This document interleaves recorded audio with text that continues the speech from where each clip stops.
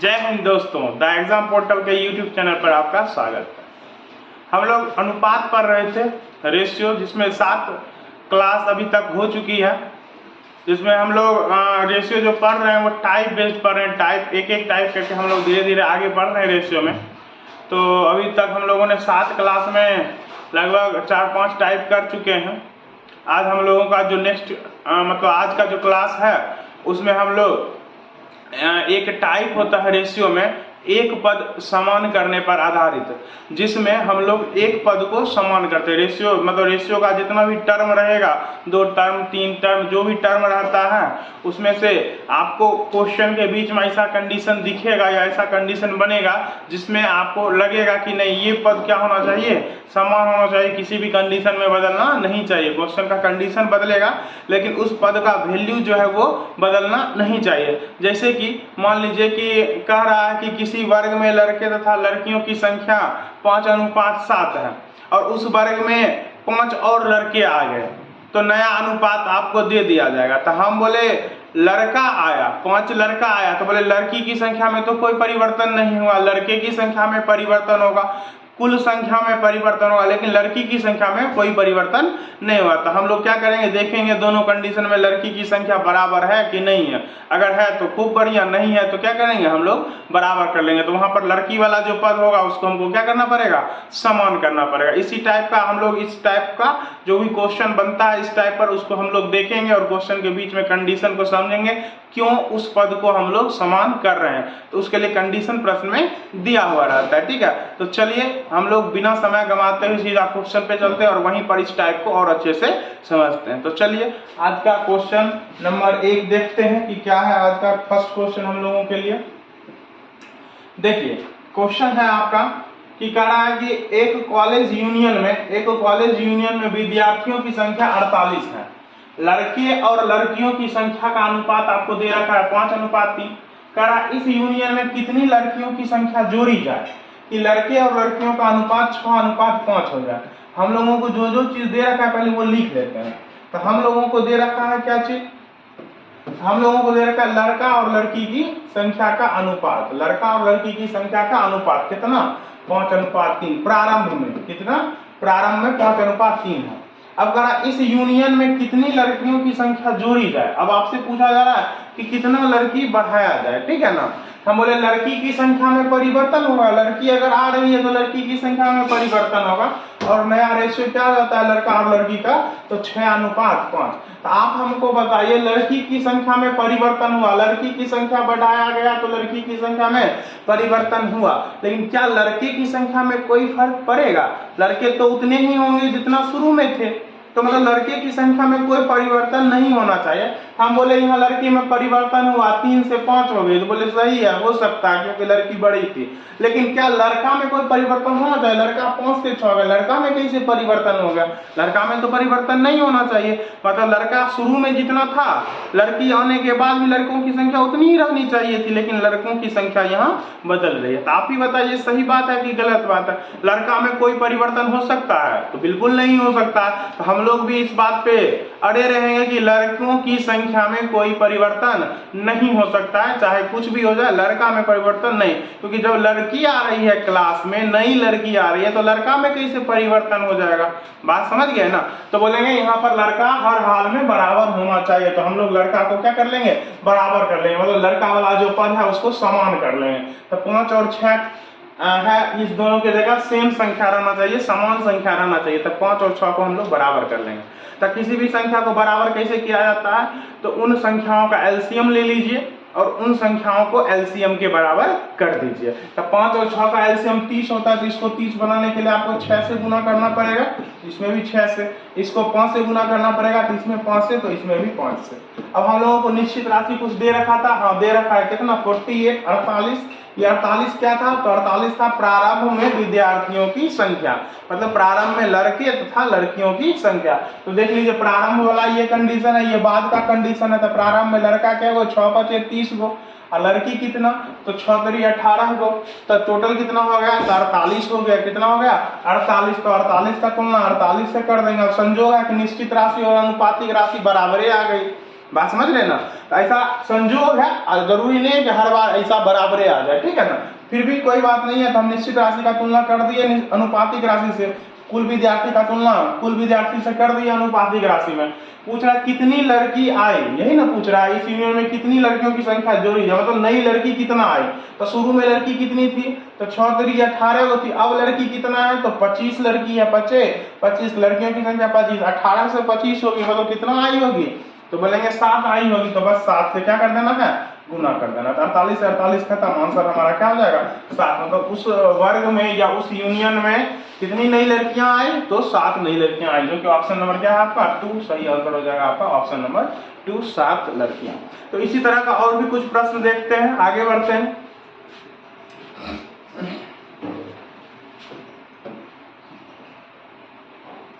देखिए क्वेश्चन है कि रिजवान ने एक बक्से में लाल और नीली कांच की गोलियां रखी हैं। लाल तथा नीली गोलियां 5:4 के अनुपात में है।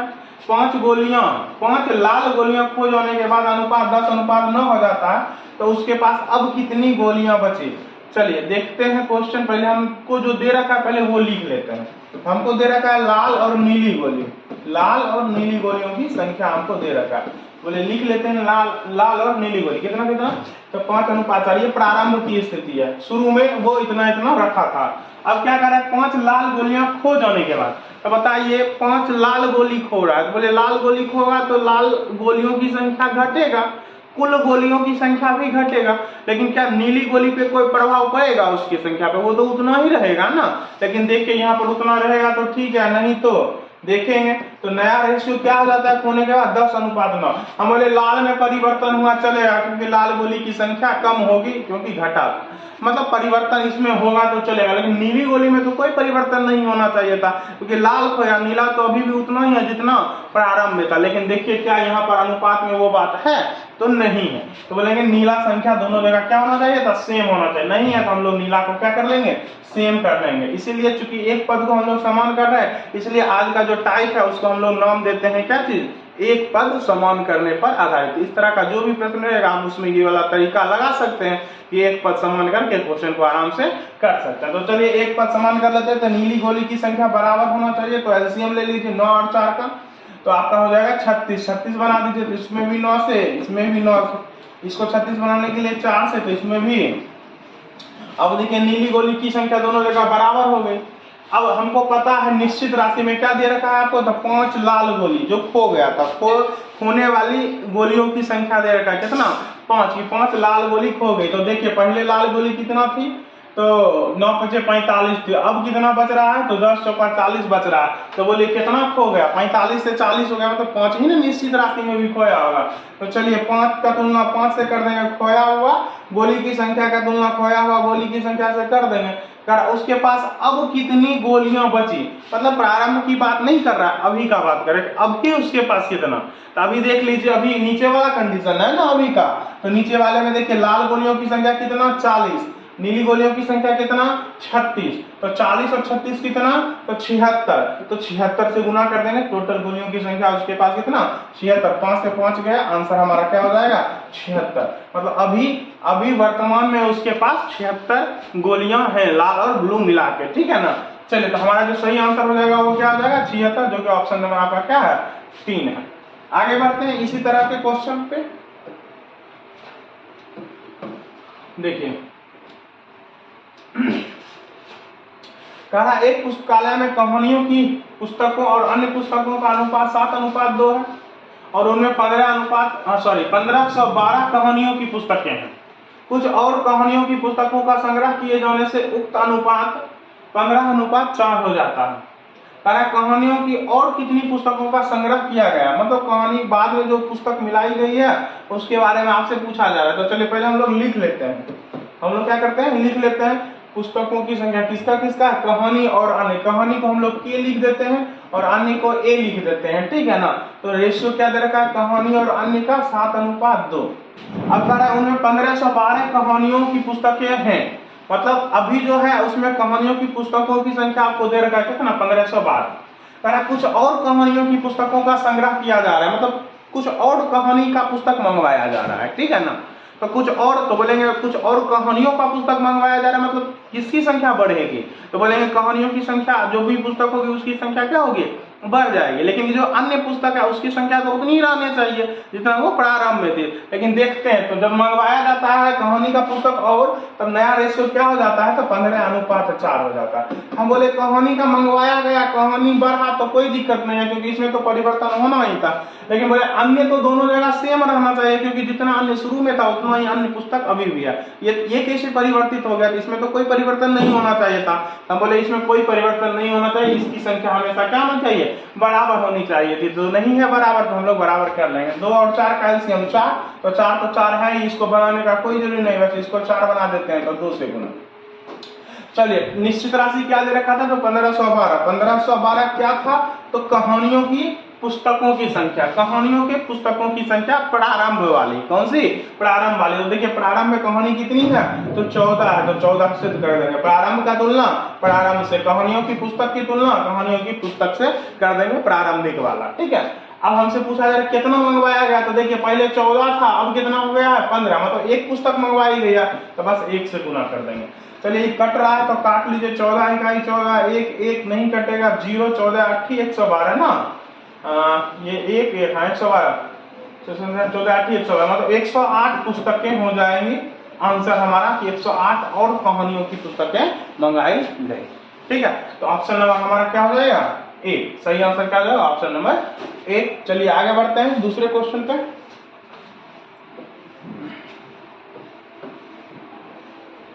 अब देखिए इस टाइप का प्रयोग मिश्रण वाले चैप्टर में सबसे ज्यादा होता है, तो आज हम कुछ इस टाइप के मिश्रण वाला ही क्वेश्चन लेके आए हैं ताकि आप इस टाइप को और अच्छे से, और मिश्रण में इसको हम लोग बहुत अच्छे से यूज करेंगे इस टाइप को, ठीक है। चलिए देखिए कहा एक मिश्रण में अल्कोहल तथा जल का अनुपात 4:3 है। यदि उसी मिश्रण में 5 लीटर जल और मिला दिया जाए तो अनुपात 4:5 हो जाता है। तो अनुपात कितना हो जाता है, 4:5 हो जाता है। तो तदनुसार उस नए मिश्रण में अल्कोहल की मात्रा, अल्कोहल की मात्रा पूछा है नए मिश्रण में। चलिए देखते हैं, पहले जो दिया है वो लिख लेते हैं।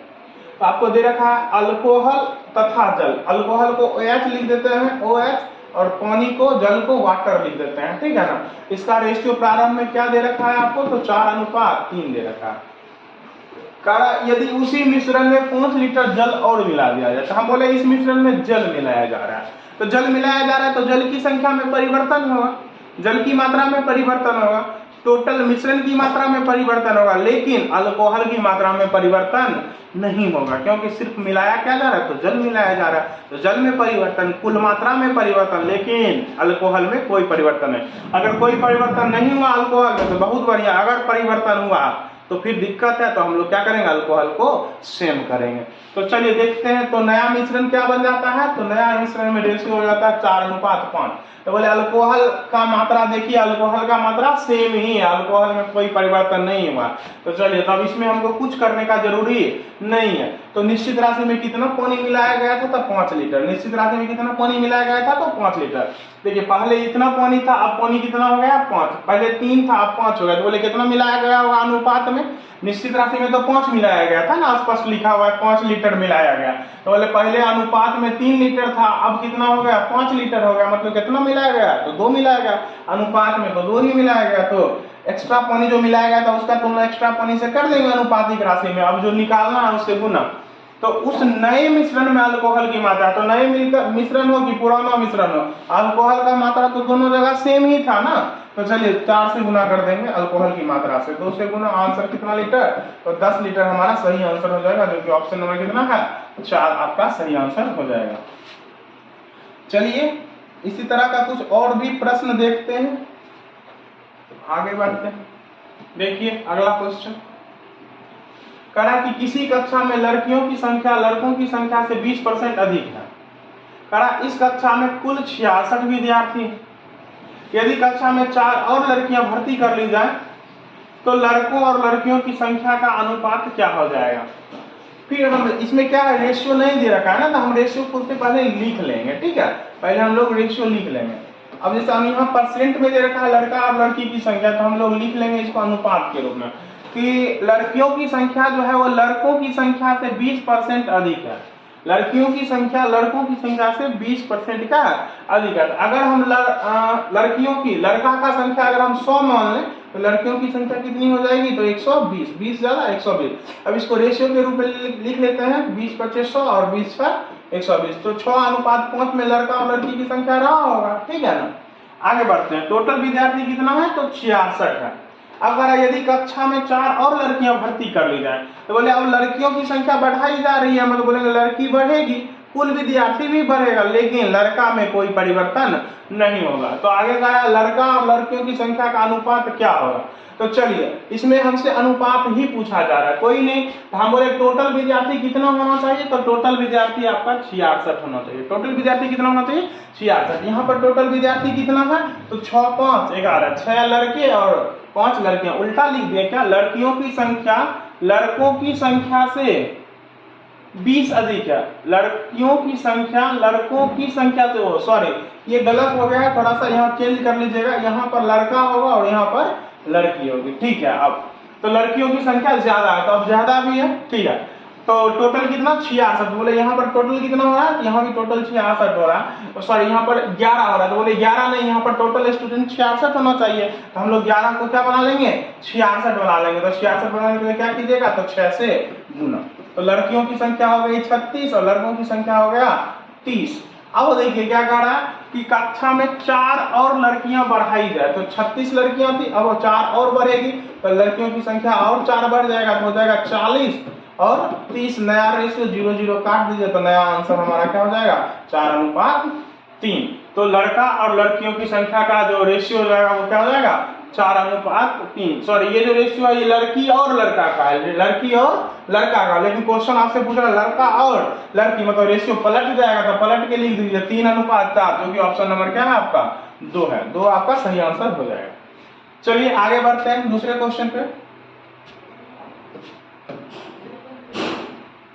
देखिए अगला क्वेश्चन है आपका कि 25 लीटर नमक के एक घोल में नमक की मात्रा 6% है, तदनुसार उस घोल में कितना पानी और मिला दिया जाए कि नमक की मात्रा 5% हो जाए, ठीक है ना। कितना पानी और मिला दिया जाए कि नमक की मात्रा जो हो जाएगा 5%। तो बात किसकी कर रहा है, तो पानी मिलाने की। बोलेंगे पानी बढ़ेगा, टोटल मिश्रण भी बढ़ेगा, लेकिन नमक की मात्रा में कोई परिवर्तन नहीं होगा। तो हम लोग नमक की मात्रा को बराबर कर लेंगे। हम लोग क्या कर लेंगे, नमक की मात्रा को बराबर कर लेंगे। चलिए इस क्वेश्चन को देखते हैं।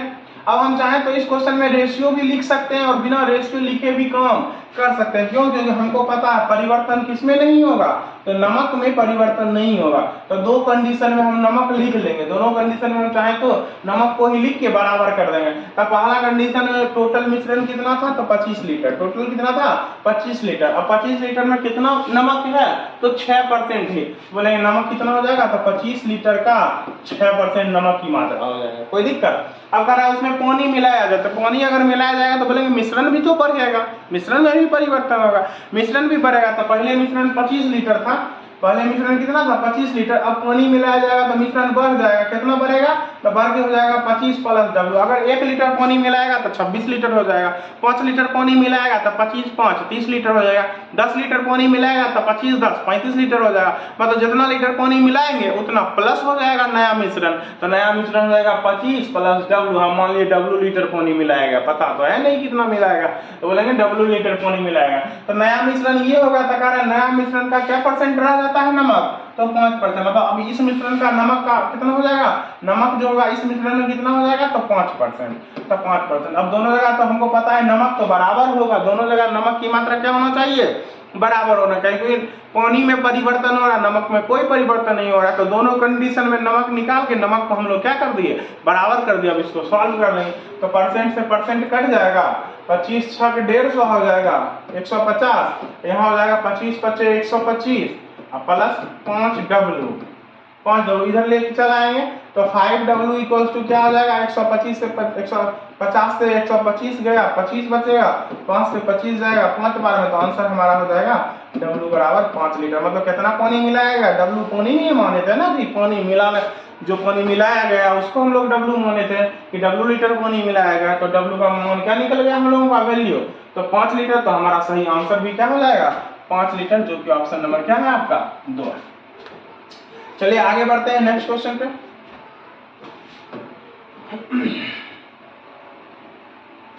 करा 300 ग्राम चीनी के घोल में 40% चीनी है, इसमें कितना चीनी और मिलाया जाना चाहिए कि जिससे यह घोल का 50% हो जाए।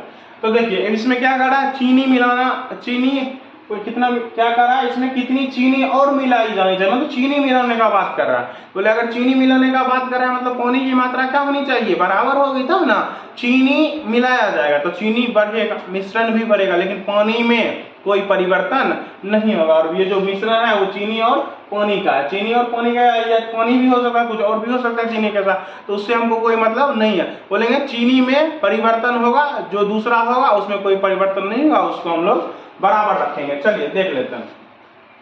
तो आप ही बताइए 300 ग्राम चीनी के घोल में 40% चीनी है, इसमें कितनी चीनी और मिलाई जानी चाहिए जिससे वह इस घोल का कितना परसेंट हो जाए, 50% हो जाए। अब चलिए इसको चाहे तो हम परसेंट वाला रूल पे भी बना सकते हैं, चाहे तो अनुपात लगा के भी हम लोग इसको आराम से कर सकते हैं। तो चलिए पहले हम क्या करेंगे, जो चीनी के अलावा जो मात्रा बच रही है उसको हम लोग बराबर करेंगे, उसको क्या करेंगे, बराबर करेंगे।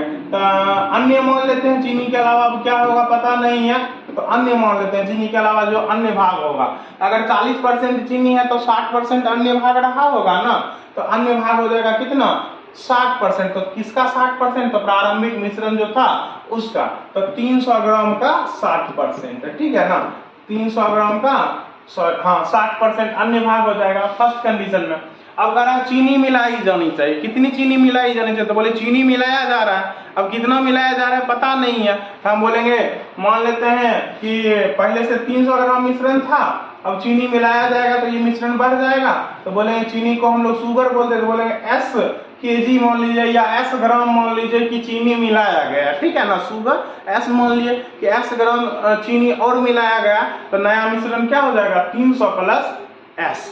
भैया अगर मान लीजिए 200 इसके जगह ग्राम मिलाया जाएगा तो 500 ग्राम हो जाएगा, 500 ग्राम मिलाया जाएगा तो 800 ग्राम हो जाएगा, 700 ग्राम मिलाया जाएगा तो 1 केजी हो जाएगा टोटल मिश्रण। बात समझ रहे हैं ना, हम लोग टोटल मिश्रण लिख लिए कितना 300 प्लस एस, नया वाला चीनी मिलाने के बाद ये बन जाएगा। अब इसमें जो है चीनी 50% होना चाहिए, तो चीनी अगर 50% तो अन्य भाग भी कितना, तो 50% ही ना, तो अन्य भाग को हम लोग लिख लेंगे 50%। लेकिन बोले दोनों जगह अन्य भाग क्या होना चाहिए, बराबर होना चाहिए, क्योंकि सिर्फ परिवर्तन चीनी में हो रहा है, तो चीनी में परिवर्तन हो रहा है तो जो अन्य भाग है वो तो बराबर होना चाहिए था, हम लोग अन्य भाग को बराबर कर लेंगे। परसेंट से परसेंट काट दीजिए, इस जीरो से इस जीरो को काट दीजिए, 1800 हो जाएगा, ये कितना हो जाएगा, या 5 से आपको काटना है तो ये 500 काट दीजिए 30 को 60 बार में, तो आंसर यहाँ से हो जाएगा 360, यहाँ से हो जाएगा आपका 300 प्लस एस। अभी 300 इधर भेज देंगे तो एस बराबर क्या आ जाएगा, 360 से 300 गया मतलब 60 ग्राम, ग्राम में ही था, हम लोग बोलेंगे 60 ग्राम चीनी और मिलाया जाना चाहिए, तो हमारा जो ऑप्शन हो जाएगा क्या हो जाएगा, ऑप्शन नंबर 3 सही आंसर 60 ग्राम, ठीक है।